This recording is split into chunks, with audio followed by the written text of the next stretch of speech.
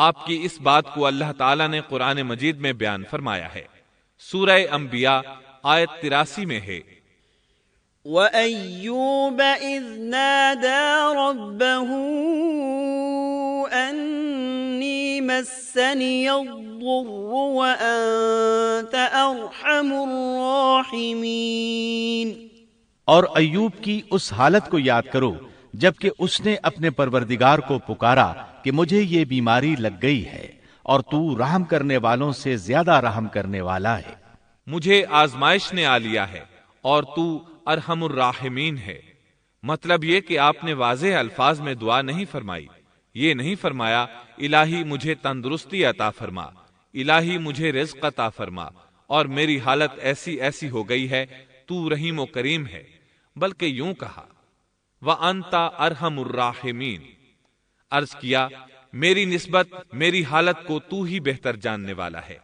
اللہ تعالیٰ نے دوسری آیت میں آپ کی حالت کو اس طرح بیان کیا ہے۔ سورہ صاد آیت 41 میں اللہ تعالیٰ فرماتے ہیں، وَاذْكُرْ عَبْدَنَا أَيُّوبَ إِذْ نَادَى رَبَّهُ أَنِّي مَسَّنِيَ الشَّيْطَانُ بِنُصْبٍ وَعَذَابٍ۔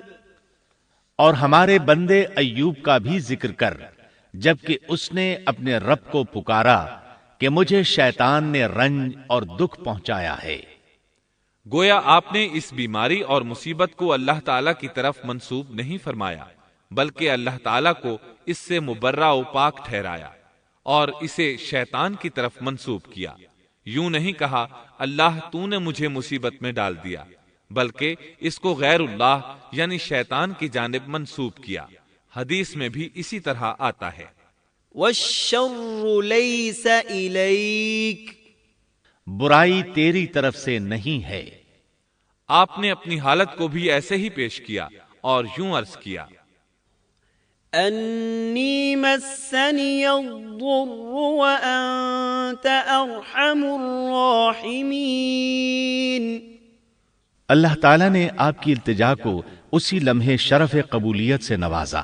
کتنے ہی موقع ایسے آئے تھے کہ اس سے قبل بھی آپ دعا کر سکتے تھے اور وہ قبول ہو جاتی، لیکن آپ نے صبر کا دامن تھامے رکھا۔ اسی لیے مدتوں سے ضرب المثل چلی آ رہی ہے صبر ایوب۔ جب آپ نے اپنے پروردگار سے اس انداز میں دعا مانگی تو اللہ تعالیٰ نے ان سے آزمائش ختم کر دی۔ اللہ تعالیٰ سورہ صاد آیت 42 میں فرماتے ہیں، ارکض برجلک هذا مغتسل بارد وشراب۔ اپنا پاؤں مارو، یہ نہانے اور پینے کے لیے ٹھنڈا پانی ہے۔ جب انہوں نے پاؤں زمین پر مارا تو پانی کا چشمہ جاری ہو گیا۔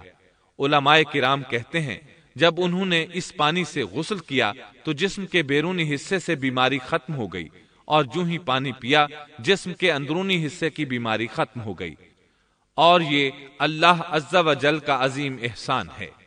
پھر سے بالکل تندرست بن گئے، ان کی صحت و توانائی لوٹ آئی، ایسے صحت مند ہو گئے جیسے پہلے کبھی ہوا کرتے تھے۔ ان کی زوجہ محترمہ باہر سے گھر آئیں تو بالکل نہ پہچان سکیں۔ ان سے پوچھنے لگیں، کیا آپ نے اللہ کے نبی میرے خاوند یعنی مرض میں مبتلا شخص کو دیکھا ہے؟ اللہ کی قسم جب میرے خاوند صحت مند تھے تو بالکل آپ جیسے تھے، میں نے آپ سے بڑھ کر ان سے ملتا جلتا آدمی آج تک نہیں دیکھا۔ اس پر ایوب علیہ السلام بولے، کیا تم نے مجھے پہچانا نہیں؟ انہوں نے حیران ہو کر پوچھا، آپ کون ہیں؟ تب وہ بولے، میں ایوب ہوں۔ وہ بولیں، سبحان اللہ، اس کا مطلب ہے بیماری ختم ہو گئی، اللہ تعالیٰ کا احسان ہو گیا۔ اس کے بعد اللہ تعالیٰ نے انہیں اہل و عیال کی نعمتیں بھی لوٹا دیں، ان کے مویشی بھی انہیں واپس مل گئے۔ سیدنا ابن عباس رضی اللہ عنہما فرماتے ہیں، اللہ تعالیٰ نے صرف انہیں ہی اپنے فضل و کرم سے نہیں نوازا بلکہ ان کے ساتھ ان کی اہلیہ کو بھی اپنے خاص فضل و کرم سے نوازا، اس لیے کہ انہوں نے بھی اس عظیم آزمائش میں صبر کیا تھا، عظیم صبر کا مظاہرہ کیا تھا۔ اللہ تعالیٰ نے ان کی جوانی کو بھی لوٹا دیا۔ ان سے سیدنا ایوب علیہ السلام کے ہاں 26 بیٹے بیٹیاں پیدا ہوئے۔ یہ روایت بھی ملتی ہے کہ 26 بیٹے ہی بیٹے تھے، بیٹیاں اس کے علاوہ تھیں۔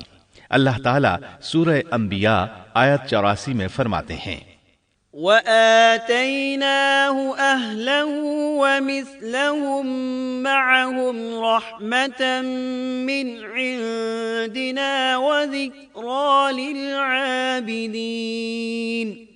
ہم نے اس کو اہل و عیال عطا فرمائے، بلکہ ان کے ساتھ ویسے ہی اور اپنی خاص مہربانی سے، تاکہ سچے بندوں کے لیے سبب نصیحت ہو۔ مطلب یہ کہ ان کی جوانی واپس کر دی، مال و دولت لوٹا دیا، اور یہ چیزیں انہیں فوراً واپس کر دی تھیں۔ جسمانی صحت بھی واپس فرمائی اور دنیاوی دولت بھی واپس کر دی۔ امام بخاری، امام احمد اور دیگر محدثین نبی کریم صلی اللہ علیہ وسلم سے روایت بیان کرتے ہیں کہ نبی کریم صلی اللہ علیہ وسلم نے فرمایا، جب سیدنا ایوب علیہ السلام غسل فرما رہے تھے تو ان پر ٹڈیوں کی موسلا دھار بارش ہونے لگی۔ یہ ٹڈیاں کیا تھیں؟ وہ سونے کی ٹڈیاں تھیں۔ اللہ تعالیٰ ان کو غسل کے دوران ہی اتارنے لگے۔ ایوب علیہ السلام نے ان کو کپڑے میں جمع کرنا شروع کیا۔ اس پر اللہ تعالیٰ نے فرمایا، اے ایوب، کیا میں نے تجھے مالدار نہیں بنا دیا؟ اس نئے نازل ہونے والے مال سے بے پرواہ نہیں بنا دیا؟ ایوب علیہ السلام نے عرض کیا، جی ہاں میرے پروردگار، لیکن میں آپ کی رحمت اور برکت سے تو بے پرواہ نہیں ہو سکتا۔ بلا یا رب ولكن لا غنى لي عن برکتک۔ ہاں اے رب، لیکن میں تیری برکت سے دور کیسے رہ سکتا ہوں؟ ان کا مال و دولت سب واپس مل گیا، اہل و عیال بھی مل گئے، صحت بھی پلٹ آئی۔ یہ سب اللہ کے خاص فضل و کرم سے تھا اور اس عظیم صبر کے صلے میں تھا جو انہوں نے کیا تھا۔ اللہ تعالیٰ نے ان کی اہلیہ محترمہ پر بھی نرمی فرمائی، جیسا کہ سورہ صاد آیت 44 میں فرماتے ہیں، وَخُذْ بِيَدِكَ ضِغْثًا۔ اور اپنے ہاتھ میں تنکوں کی ایک جھاڑو پکڑو۔ بالکل باریک تنکوں کی ایک جھاڑو لو، اس میں 100 تنکے ہوں، ان کو اکٹھا کر لو۔ اس کے بعد فرمایا، فَاضْرِبْ بِهِ وَلَا تَحْنَثْ۔ جھاڑو سے اسے مار اور قسم کے خلاف نہ کر۔ مطلب یہ کہ ایوب علیہ السلام نے اپنی بیوی کو 100 کوڑے مارنے کی قسم کھائی تھی۔ اللہ نے یہ تدبیر سمجھائی کہ 100 تنکوں کا جھاڑو لے کر ایک بار انہیں مارو اور قسم پوری کرو، قسم کی خلاف ورزی نہ کرو۔ اس طرح آپ کی قسم بھی پوری ہو جائے گی اور بیوی کو بھی تکلیف نہیں پہنچے گی۔ تو اس طرح اللہ تعالیٰ نے ان کی زوجہ محترمہ پر خاص مہربانی فرمائی۔ اللہ سورہ انبیاء آیت 83 اور 84 میں فرماتے ہیں، وَأَيُّوبَ إِذْ نَادَى رَبَّهُ أَنِّي مَسَّنِيَ الضُّرُّ وَأَنْتَ أَرْحَمُ الرَّاحِمِينَ فَاسْتَجَبْنَا لَهُ فَكَشَفْنَا مَا بِهِ مِنْ ضُرٍّ وَآتَيْنَاهُ أَهْلَهُ وَمِثْلَهُمْ مَعَهُمْ رَحْمَةً مِّنْ عِنْدِنَا وَذِكْرَىٰ لِلْعَابِدِينَ۔ ایوب کی اس حالت کو یاد کرو جبکہ اس نے اپنے پروردگار کو پکارا کہ مجھے یہ بیماری لگ گئی ہے اور تو رحم کرنے والوں سے زیادہ رحم کرنے والا ہے۔ تو ہم نے ان کی سن لی اور جو دکھ انہیں تھا اسے دور کر دیا اور انہیں اہل و عیال عطا کر دیے، بلکہ ان کے ساتھ اپنی مہربانی سے ویسے ہی اور عطا کر دیے تاکہ سچے بندوں کے لیے نصیحت کا سبب ہو۔ اسی طرح اللہ تعالی سورہ صاد آیت 41 تا 44 میں فرماتے ہیں، وَاذْكُرْ عَبْدَنَا أَيُّوبَ إِذْ نَادَى رَبَّهُ أَنِّي مَسَّنِيَ الشَّيْطَانُ بِنُصْبٍ وَعَذَابٍ ارْكُضْ بِرِجْلِكَ هَذَا مُغْتَسَلٌ بَارِدٌ وَشَرَابٌ وَوَهَبْنَا لَهُ أَهْلَهُ وَمِثْلَهُمْ مَعَهُمْ رَحْمَةً مِنَّا ومثلهم معهم رحمة منا وذكرى لأولي الألباب وخذ بيدك ضغثا فاضرب به ولا تحنث إنا وجدناه صابرا نعم العبد إنه أواب۔ اور ہمارے بندے ایوب کا بھی ذکر کیجئے جب انہوں نے اپنے رب کو پکارا کہ مجھے شیطان نے رنج اور دکھ پہنچایا ہے، اپنا پاؤں مارو، یہ پینے اور نہانے کے لیے ٹھنڈا پانی ہے، اور ہم نے انہیں ان کا پورا کنبہ عطا فرمایا، بلکہ اس کے ساتھ اپنی خاص رحمت سے اور عقل مندوں کی نصیحت کے لیے اتنا ہی اور بھی عطا کر دیا۔ اور اپنے ہاتھ میں تنکوں کی ایک جھاڑو لے کر مار دیں اور قسم کے خلاف نہ کریں، سچ تو یہ ہے کہ ہم نے اسے بڑا صابر بندہ پایا، وہ بہت نیک تھے اور بہت ہی رغبت رکھنے والے تھے۔ یہ ذکر تھا سیدنا ایوب علیہ السلام کا جو اختتام کو پہنچا۔ اب ہم شروع کرتے ہیں یونس علیہ السلام کا قصہ۔ یونس علیہ السلام ایک عظیم اور کریم نبی تھے۔ ان کا قصہ قرآن کریم میں ایک انوکھا قصہ ہے۔ آپ کے والد کا نام متا تھا اور آپ سیدنا ابراہیم علیہ السلام کی نسل سے تھے۔ آپ کا ایک نام ذُنُّون بھی ہے، یعنی مچھلی والے۔ ان-نون کا مطلب ہے مچھلی۔ اسی طرح آپ کو صاحب الحوت بھی کہا جاتا ہے۔ اللہ تعالیٰ نے آپ کو ان سب ناموں سے پکارا ہے۔ آپ کو ایک عظیم بستی کی طرف مبعوث کیا گیا۔ اس بستی کا نام نینوا تھا۔ یہ عراق کے شمال میں واقع تھی، موصل کے بالمقابل تھی۔ ان دونوں کے درمیان دریائے دجلہ واقع تھا۔ موصل دریائے دجلہ کے کنارے واقع تھا، جبکہ اس کے بالکل سامنے نینوا کی بستی تھی۔ امام ابن کثیر رحمت اللہ علیہ نے نینوا کے بارے میں اور ان آثار و باقیات کے بارے میں لکھا ہے جو ان کے زمانے میں موجود تھیں۔ وہاں کچھ بت تھے جو اوندھے منہ گرے پڑے تھے۔ اللہ تبارک و تعالی نے یونس علیہ السلام کو نینوا کی طرف رسول بنا کر بھیجا۔ سورۃ الصافات آیت 139 میں ہے، وَإِنَّ يُونُسَ لَمِنَ الْمُرْسَلِينَ، اور بے شک یونس رسولوں میں سے تھے۔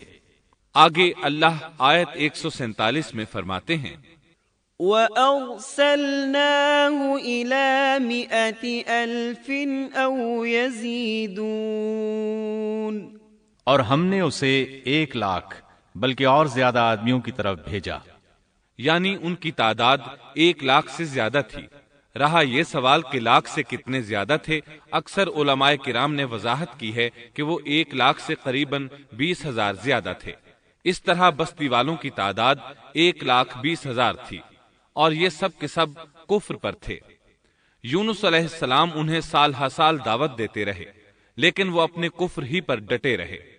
پھر انہوں نے سیدنا یونس علیہ السلام پر ظلم و جبر شروع کر دیا، انہیں دھمکیاں دیں، مصائب و آلام سے دوچار کیا۔